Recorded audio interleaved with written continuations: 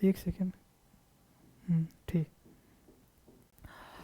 Hello and welcome, मैं घनश्याम ओनो study पे आपका स्वागत करता हूं। जैसा कि एक नया हम लोग इनिशिएटिव लिए हैं कि एग्ज़ाम्स के सिलेबस को हम लोग डिस्कस करेंगे थॉरली, और उसको इस तरह से हम डिस्कस करेंगे कि जैसे कि आपको पता होना चाहिए कि सिलेबस एक बेस्ट आइडियल होता है कि हमें पता होना चाहिए कि हमें हमारे सिलेबस में क्या क्या।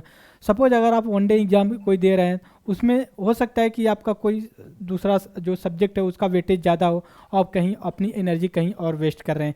दूसरी चीज़ है यूपीएससी एक ऐसा एग्ज़ाम कंडक्ट करवाती है ऑल इंडिया लेवल, कोई भी एग्ज़ाम, सीडीएस, एनडीए या फिर UPSC. Specially I will focus on the Indian civil services या फिर इंडियन एडमिनिस्ट्रेटिव सर्विसेज के लिए मैं फोकस करूँगा कि उसमें किस तरह से एग्ज़ाम कंडक्ट करवाए जाते हैं, राइट। उसके बाद मैं इसको कवर कर लूँगा, तो स्टेट पीसीएस के लिए भी मैं उसको डिस्कस करूँगा, क्योंकि यूपीएससी का जो आईएएस का है और जो स्टेट पब्लिक सर्विस कमीशन का पीसीएस का है, उनमें ज़्यादा डिफरेंसेस अब नहीं रह गए हैं। बस इतना ज़रूर है, कुछ टॉपिक को उन्होंने निकाल दिया है और कुछ टॉपिक को जो यूपीएससी ने एक्स्ट्रा ऐड किया है। दूसरी चीज़ ये है कि अगर मैं नेक्स्ट टॉपिक पर अगर बात करूँगा तो उसमें ये बताऊँगा आपको कि अब तक जब 2011 से लेकर के जो यूपीएससी ने अपना मेंस का पीटी का जो सिलेबस पैटर्न चेंज किया है, तो उसमें किस तरह का चेंजेस किया। एग्जाम्पल्स के लिए एक और चीज़ बताऊं कि क्या जो आज का पैटर्न है, क्या यूपीएससी वो पहले भी फॉलो करती थी। मतलब क्या एक ऑप्शनल होता था या फिर दो ऑप्शनल होता था, ऐसे का पेपर होता था या नहीं होता था, या फिर ये भी होता था कि भाई मेंस हो, पीटी हो, इंटरव्यू हो। ऐसा नहीं है, ये समय के साथ इसमें रिफॉर्म लोग करते गए हैं। शुरू में ऐसा नहीं होता, शुरू में ऐसा होता था कि जो देखने में होते थे ठीक ठाक ग्रेजुएट होते थे उनको लोग लाते थे, थोड़ा सा पर्सनालिटी टेस्ट उनका होता था, कपड़े पहनने में अच्छे लग रहे हैं तो उनको आईएएस का थोड़ा सा दे दिया जाता था, थोड़ी सी पर्सनालिटी हैवी होती थी तो उनको क्या होता था कि आईपीएस मिल जाता था।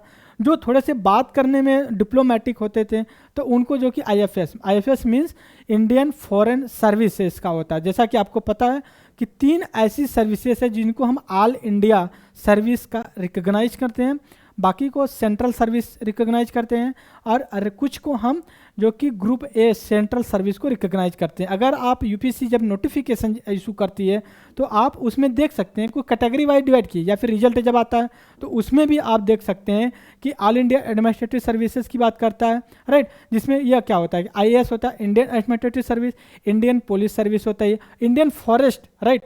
ये एक चीज़ ध्यान रखना, कन्फ्यूजन होता है, एग्जाम में भी पूछा जाता है which of following service recognise all India services, ठीक है।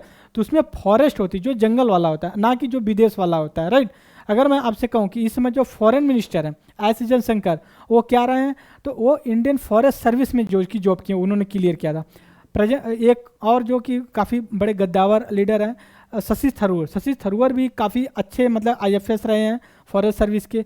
वो जितनी हम, अगर शशि थरूर सर की मैं बात करूं, तो जितने हम एक साल में बुक्स पढ़ते नहीं हैं वो उतना जो कि बुक्स लिख देते हैं। उनकी सबसे फेवरेट कुछ बुक है, अगर आपको टाइम मिले तो पढ़ सकते हैं, why I am Hindu, right.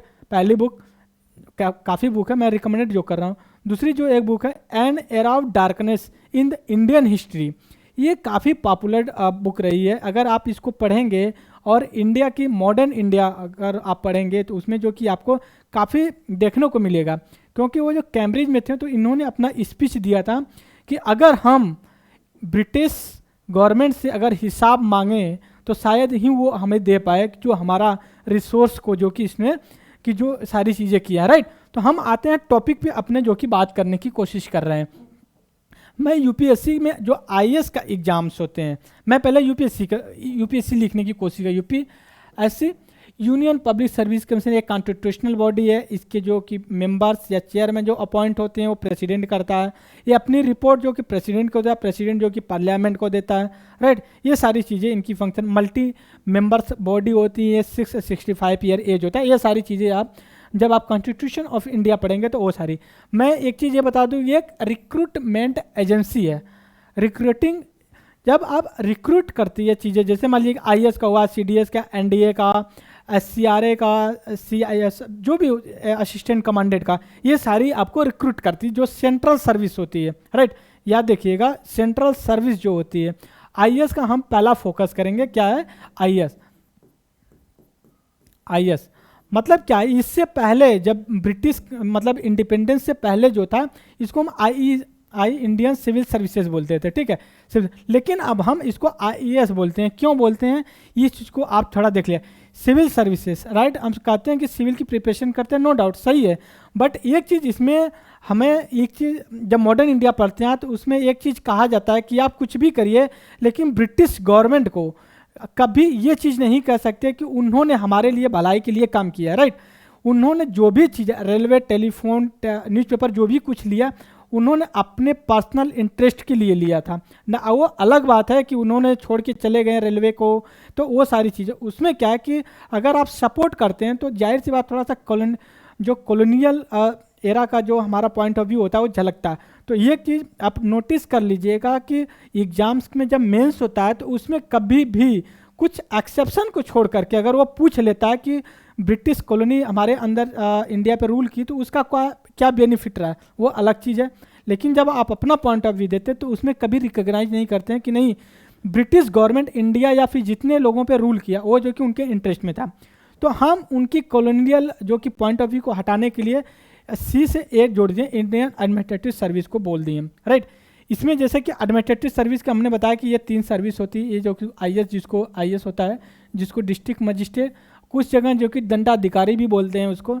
IPS का होता है, इंडियन पुलिस सर्विस होती है, और आईएफएस 2013 से पहले जो होता था, ये क्या होता था कि अलग से इसका पीटी होता था। लेकिन नहीं, अब क्या है कि ये जो आईएएस का जो पीटी होता है, प्रीलिम्स होता है, इसी के साथ लेते हैं। दैट्स वाई मतलब कि जो अब प्रीलिम्स होता है उसमें इकोलॉजी, इन्वायरमेंट का जो वेटेज है काफ़ी बढ़ गया है, राइट। तो इस वजह से अब इसमें पूछता है तो कुछ जो लोग नॉन मतलब टेक्निकल बैकग्राउंड या फिर जो बॉटनी, जियोलॉजी या फिर एग्रीकल्चर से नहीं होते हैं स्टूडेंट, जो प्रीलिम्स में अपियर होते हैं, उनके लिए बहुत डिफिकल्ट हो जाता है। एग्जाम्पल के लिए अगर मैं बात करूँ, पहली बात, मैं नीच का नाम सुना था, मुझे पता नहीं था कि ये नीच का मतलब ही क्या होता है।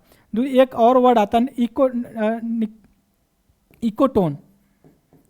तो ये कुछ वर्ड हैं जो कि आपको बॉटनी में ही पढ़ाए जाते हैं, या फिर एग्रीकल्चर के स्टूडेंट हो तब मिलेंगे।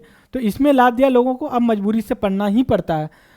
दूसरी चीज़ ये हो गई कि आईएएस का जो एग्ज़ाम होता है 3 लेयर में होता है। 3 लेयर में होता है, कुछ ऐसा होता है, अगर मैं इस पिरामिड को उल्टा कर दूँ, इनवर्ट मतलब क्या है कि ऐसा कुछ, एक सेकंड थोड़ा सा मैं इसको और क्लियर कर देता हूँ। मैं ऐसा पिरामिड बना करके फिर उसको उल्टा क्यों कर रहा हूँ, मैं उसका रीज़न आपको बता रहा हूँ। ये इसलिए मैं उल्टा कर रहा हूँ अब इसको, जब प्रीलिम्स होता है यहाँ पे, जब प्रीलिम्स होता है तो ऑलमोस्ट 10 लाख के ऊपर बच्चे फॉर्म भरती हैं, अपीयर होते हैं, राइट। अभी ये पीटी का हो गया। जब मेंस होता है, जब मेंस का एग्जाम्स होता है तो इसमें मतलब जो टोटल सीट है, मान लीजिए 1000 है, ये 1000 जो कि सीट है आपकी, राइट। तो एक सीट पे 10 लोगों को क्वालिफाई कराते हैं, 10% इज इक्वल टू 1। तो ऑलमोस्ट इसमें 1-2% नीचे ऊपर हो सकते हैं। जैसे अब तक का 2021 का सबसे मतलब पिछले एक दशक से अगर देखा जाए तो सबसे कम स्टूडेंट जो कि इस साल क्वालिफाई हो पाए। पहली बात तो ये टफ इतना पेपर था प्रीलिम्स का कि सबकी मतलब कि हालत ख़राब हो गई। दूसरी चीज़ है कि बच्चों को कम पास कराया। तीसरी चीज़ ये है कि सीट्स कम थे इस साल, राइट। तो ये चीज़ हम देखिए मेंस में क्या होता है कि इस साल ऑलमोस्ट हमें लगता है कि 7,000 के आसपास लोग क्वालिफाई हुए हैं, राइट। मतलब एक सीट पे 7 से 10 लोगों को पास करवाएं। अगर हम इंटरव्यू में यहाँ पे जाएंगे तो समझे कि बस मुट्ठी भर लोग हो जाते हैं। मतलब क्या है कि अगर 1000 सीट है, अगर 1000 सीट है तो 3000 लोगों को क्वालिफाई कराएगा। मतलब क्या है कि एक सीट इज इक्वल टू 3% को क्वालिफाई करवाते हैं लोग। एक इसमें पर्सनालिटी टेस्ट, एक बात ध्यान रखिए, इंटरव्यू लोग बोल देते हैं बट इंटरव्यू यूपीएससी नहीं मेंशन करती, वो पर्सनालिटी टेस्ट करती है। दूसरी बात, कुछ लोग ये भी कह देते हैं कि सी सैट, ठीक, सी सैट, यूपीएससी ये वर्ड नहीं यूज करती है। वो अगर आप देखिए प्रीलिम्स में जाइए तो उसमें कहता है GS paper 1 and the GS paper 2, बस ये मेंशन करती है। लेकिन कुछ लोगों ने मतलब मार्केट में ये कर दिया कि civil service aptitude test, nothing, बस वो ये चीज़ का। मैं इस बात को इसलिए सपोर्ट कर रहा हूँ क्योंकि अगर आप सेकंड पेपर देखिए, अगर आपको पास जीएस का नॉलेज अच्छे से नहीं है तो आप सेकंड पेपर भी अच्छे से नहीं हैंडल कर पाएंगे। क्यों? क्योंकि वो इकोनॉमिक्स का टॉपिक उठाता है, टॉपिक का कोई न्यूज़पेपर का कटिंग उठा लेगा। दूसरी चीज़ इकोलॉजी इन्वायरमेंट का, सोशल इशू का, पॉलिटी का। अगर 2021 का पेपर देखिए तो जितने भी पैसेज दिए हुए हैं इसके अलावा कोई भी एक्स्ट्रा चीज़ें नहीं दिया हुआ है। तो मैं इसलिए पिरामिड को उल्टा किया हूँ कि यहाँ पे बस मुट्ठी भर, लास्ट में जब पर्सनालिटी टेस्ट हो जाता है तो ऑलमोस्ट जितनी सीट होती है उतने लोग क्वालिफाई।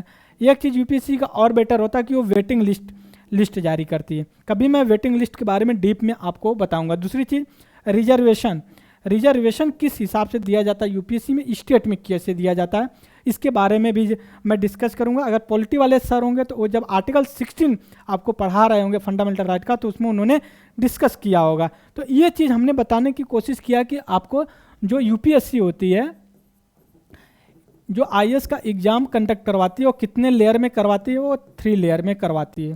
पहला इसको क्या बोलते हैं, पीटी, प्रीलिम्स टेस्ट बोलते हैं, या फिर ये स्क्रीनिंग टेस्ट होता है।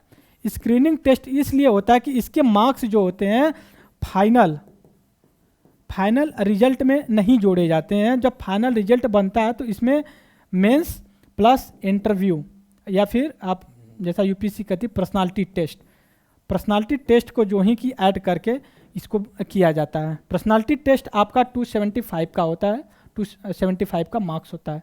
ऑलमोस्ट जो बच्चा मोर देन 200 अगर मार्क्स गेन कर लेता है इंटरव्यू में, तो वो ऑलमोस्ट पहुंच जाता है कि उसको ऑल इंडिया सर्विस जो कि मिल जाए।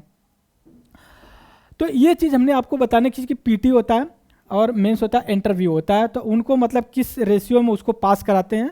और प्रीलिम्स बहुत टफ है। अगर मैं 2015 के बाद की 16 के बाद की बात करूं तो day by day year by year जो कि प्रीलिम्स इतना टफ होते जा रहा है यूपीएससी का, कि अगर आप बहुत ब्रॉडर पर्सपेक्टिव में नहीं किए हैं तो आप कितना भी किसी भी कोचिंग इंस्टीट्यूट का मॉक टेस्ट कर लीजिए, कोई ना। अगर मैं आपको चैलेंज करता हूं कि जितने भी कोचिंग इंस्टीट्यूट हैं उनके पेपर देख लीजिए, अगर वो 10 क्वेश्चन भी अगर यूपीएससी के 2021 में लिया देंगे, कहने के लिए कोचिंग वाले कह सकते हैं, बट ऐसा नहीं है, बस 10 के आसपास उन्होंने किया है।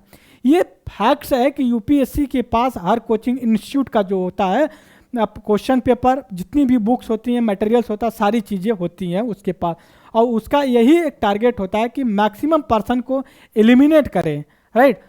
दूसरा टारगेट जो होता है कि कट ऑफ जो है कि बहुत ज़्यादा 50% के ऊपर नहीं जाते। एक बार गई थी कि 60%, 120 मार्क्स पे गई थी, मतलब 60 क्वेश्चन पे, राइट। आज तक का जो मैं बात करूं कि 2020 का जो कट ऑफ गई थी उसका जो मार्क्स गया था 92 पॉइंट समथिंग गया था, मतलब लेस देन 93 था।